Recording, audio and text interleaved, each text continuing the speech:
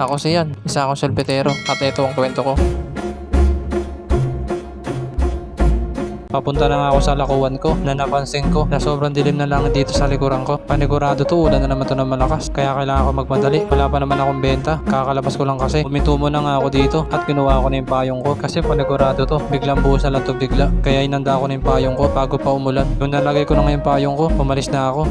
Baka kasi dito pa mabutan ng malakas na ulan. At habang naglalakad nga ako, nagsimula nang umambon. Eto na naman yung ulan. Sira na naman ang buhay ko. Pero okay lang yan. Baka saglit lang tong ulan. Bigla nga lumakas yung hangin. Kaya yung payong ko biglang bumaliktad. Kaya inayos ko na. Pagkaayos ko nga sa payong ko, naglakad na ulit ako. Pero napansin ko, lumalakas na yung ulan. Kaya may nakita akong iskinita. Tinabi ko muna dito yung karo ko. Kasi panigurado to. Malakas na ulan to. Kaya sisilong muna ako dito hanggang tumila yung ulan. Baka kasi hindi kaya ng payong ko masira ng tuluyan. Natabi ko na nga yung karo ko dito. At nakasilong na nga ako dito sa iskinita. At sakto nga may bubong. Nakasilong na nga ako dito. Tinanggal ko nga yung payong at tinusok ko dito sa may bubong. At eto na nga, habang tumatagal lumalakas yung ulan. Tamang video nga lang ako sa ulan habang iniintay ko lumakas to. Kasi wala naman akong choice kundi hintayin tumigil to.